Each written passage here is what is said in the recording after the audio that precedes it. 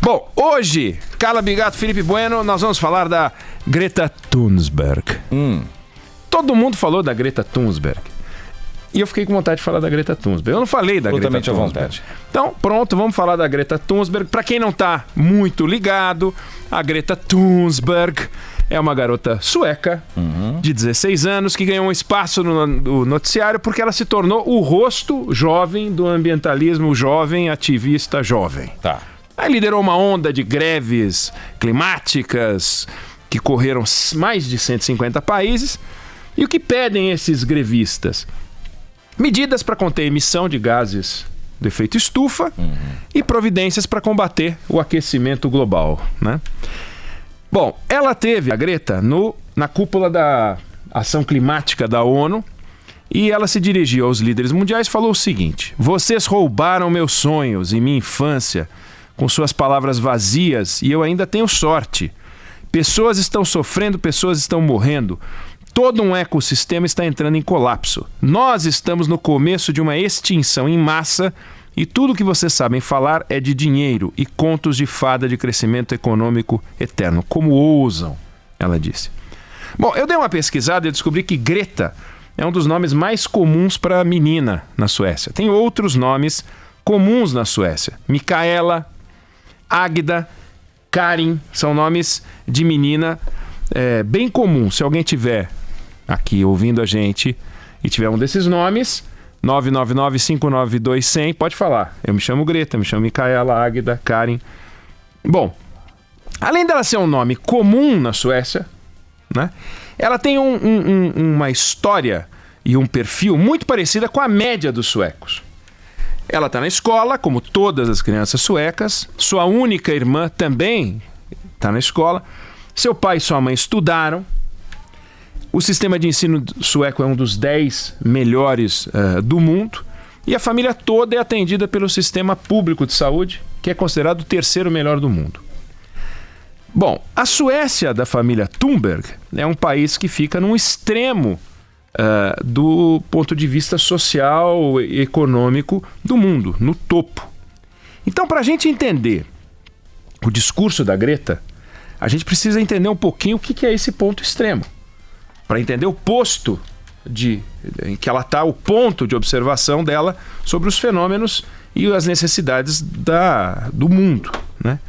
Tem várias formas da gente fazer isso. Eu escolhi comparar a Suécia com outro país que tem duas semelhanças com a Suécia. A primeira, uma população semelhante. A Suécia tem cerca de 10 milhões de habitantes. Eu peguei um outro país que tem mais ou menos a mesma quantidade de gente, tem 11 milhões de habitantes, é mais ou menos do mesmo tamanho. A outra coisa em comum é que este país também está num ponto extremo do mundo. Só que aquilo que a Suécia está para cima, esse país está para baixo. Então eu peguei o Burundi, que fica no miolo da África, faz fronteira com Ruanda, Tanzânia e a República Democrática do Congo. Aí a gente olhando os dois, vai dar para traçar um pouco o que é a Suécia no mundo. Bom, a renda per capita sueca é de $58 mil por ano. No Burundi, $210 por ano. Ou seja, a renda média de um sueco é quase 300 vezes a renda média de um...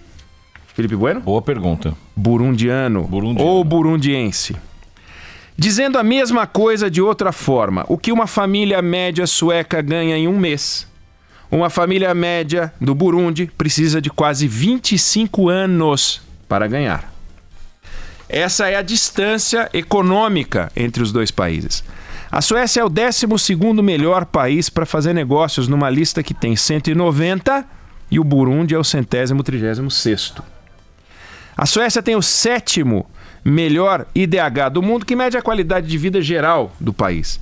O Burundi é o de número 185, a lista acaba em 189. Tem 4 ainda piores. Todos os suecos têm acesso à eletricidade.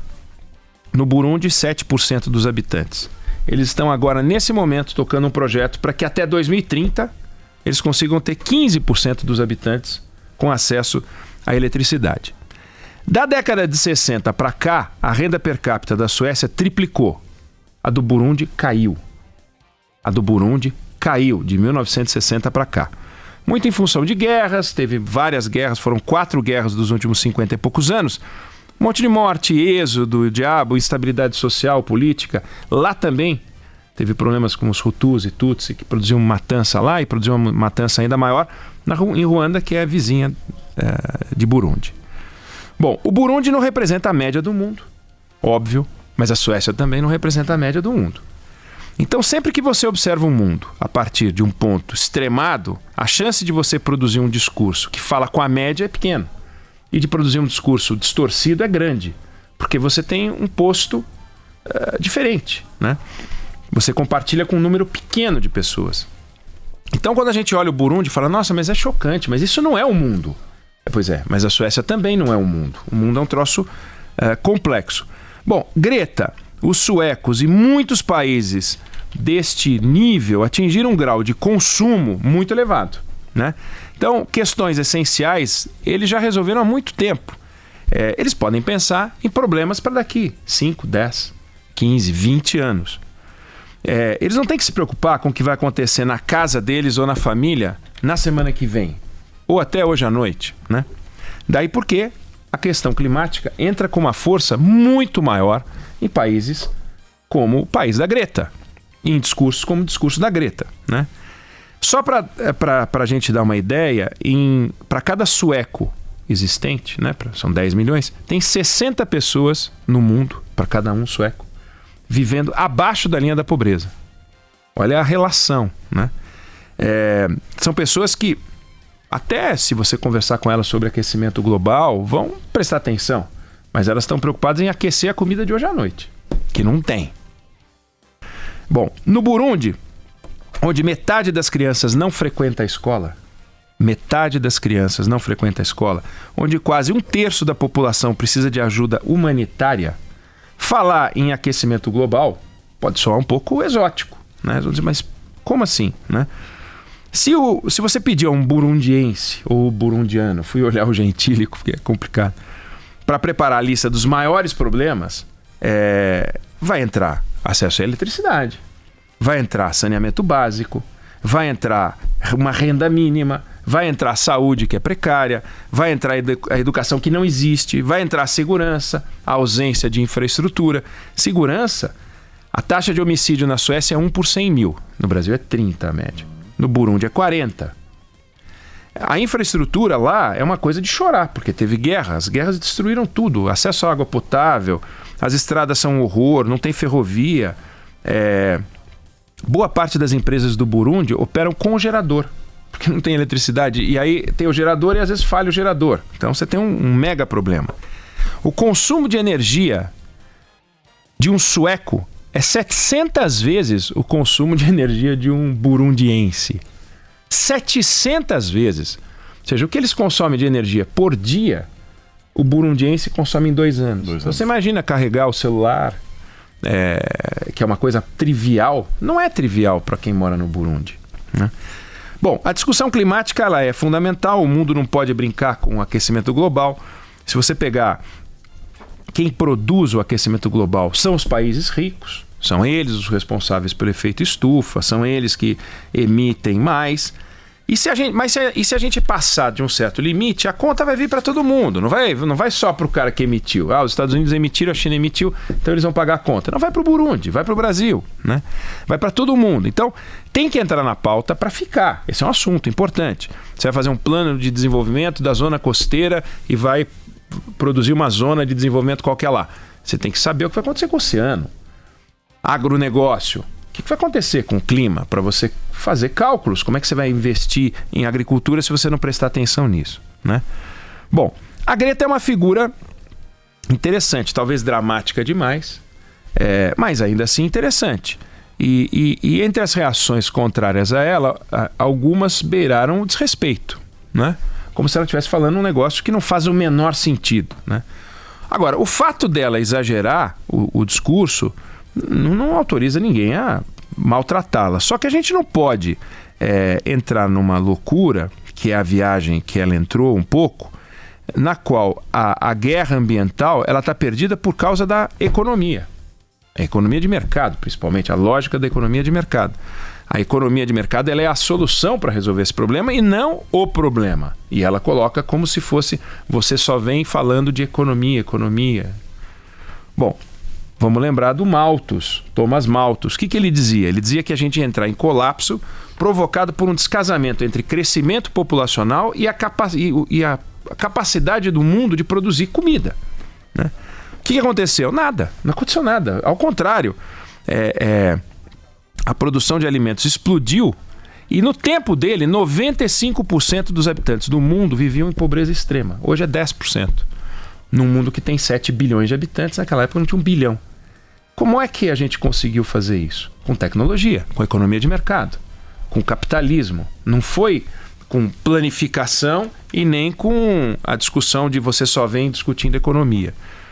O desafio ambiental está aí, mas a gente não pode desconsiderar os outros problemas. Quer dizer, um mundo que tem uma série de desafios, é justo que alguém que mora no Burundi, é justo que alguém que mora no Brasil queira progredir, queira ter o direito de lutar por um progresso e quem sabe amanhã poder refletir com esse distanciamento, com essa tranquilidade, com essa serenidade que as pessoas que têm acesso a tudo podem. Quer dizer, se a sua escola é boa, se você ficar doente e vai para um hospital bom, se você pode fazer isso a pé e ao atravessar a rua você não vai ser atropelado, se você anda de bicicleta e está tudo bem, se você não precisa, se você tem um transporte público tranquilo, se as pessoas, os mais velhos respeitam os mais jovens, os mais velhos são protegidos também, uma rede de proteção social extraordinária, o Estado paga psicólogo, paga o livro que você lê, você fala, bom, vamos procurar os problemas. Quais são? Tá aí, a Greta achou um. Importante. E aos 16 anos ela consegue fazer esse discurso. Um sueco vive 82 anos. Um cara do Burundi vive 58. São 24 anos a mais consumindo as riquezas do planeta. É o sueco, consome as riquezas do planeta. O burundiano passa 24 anos a menos. Então, o que muda é que certas preocupações que não entravam na conta quando os pais da Greta nasceram, passaram a entrar na conta agora que a Greta tem 16 anos. Mas a gente não pode deixar de pensar na geração dos filhos da Greta e dos filhos dos habitantes desses outros países todos. Quer dizer, para que a gente tenha um mundo ambientalmente mais equilibrado, a gente não vai poder ter um mundo mais rico. E para a gente ter um mundo mais rico, essa riqueza ela não vai ser distribuída. Ou seja, o Brasil tem uma renda per capita que é metade do Chile. Se a gente dobrar a renda per capita brasileira, a gente vai criar um problema ambiental. E se o burundiano de $210 for para $500, ele vai criar um problema ambiental? Então, o direito a consumir, porque se você tem mais renda, você só tem mais renda com um propósito, consumir. Consumir serviço, consumir bens. E isso é que faz a Suécia ser a Suécia. É isso que faz a Suécia ser a Suécia. Tem tecnologia, tem investimento em sistemas públicos, etc. Coisa que não existe nesses outros países. Então, se esses países começarem a fazer esses investimentos todos, isso vai ser um problema? Vai ser um problema. Vai ser um problema. Você não tem como produzir um mundo com renda per capita de $58 mil para todo mundo. É óbvio que não tem. Mas é interessante ver que nem a Greta está errada ao chamar atenção para aquele problema e nem a gente aqui ao discutir isso, a gente está errado ao dizer o seguinte, existem vários problemas. Não dá para a gente enfileirar os problemas e dizer, existe um nó, que é o nó dos ativistas, né? A visão do ativista ambiental, existe um problema que é o aquecimento global. O resto é decorrência. Não pode, a felicidade das pessoas que vivem nos países pobres não pode ser decorrência do aquecimento global. Os países que são responsáveis por isso, as empresas que são responsáveis por isso, o primeiro mundo, o mundo rico, não dá nem mais para chamar de mundo industrializado, porque o mundo industrializado não é mais o mundo rico. O mundo rico já não é industrializado. Estes países querem pagar para ter o privilégio de manter as coisas como estão, vão ter que pagar. Então é importante que a gente olhe para isso e veja, existe Burundi no mundo, existe muita gente vivendo daquele jeito, existe gente vivendo de forma não tão pobre como é o Brasil, por exemplo, com renda per capita de $9.500, Mas olha só o que é a pobreza no Brasil. Tem uma pobreza muito grande aqui. Olha a América Latina, não é um lugar onde se vive com $210. E olha só como ainda assim a América Latina é pobre. Como que nós vamos resolver isso? Desenvolvendo. E aí vai dar uma discussão muito grande. E vem toda essa discussão de Greta, etc., se volta para... coloca a gente como vilão, por causa da Amazônia. Então, tem que olhar para esse assunto, e eu queria falar da Greta, nem para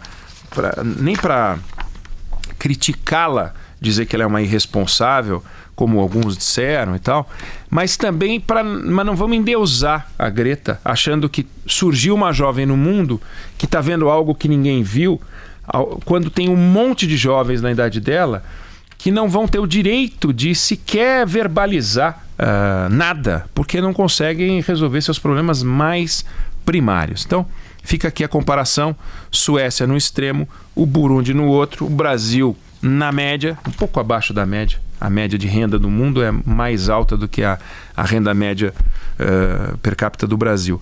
E um nó para a gente resolver.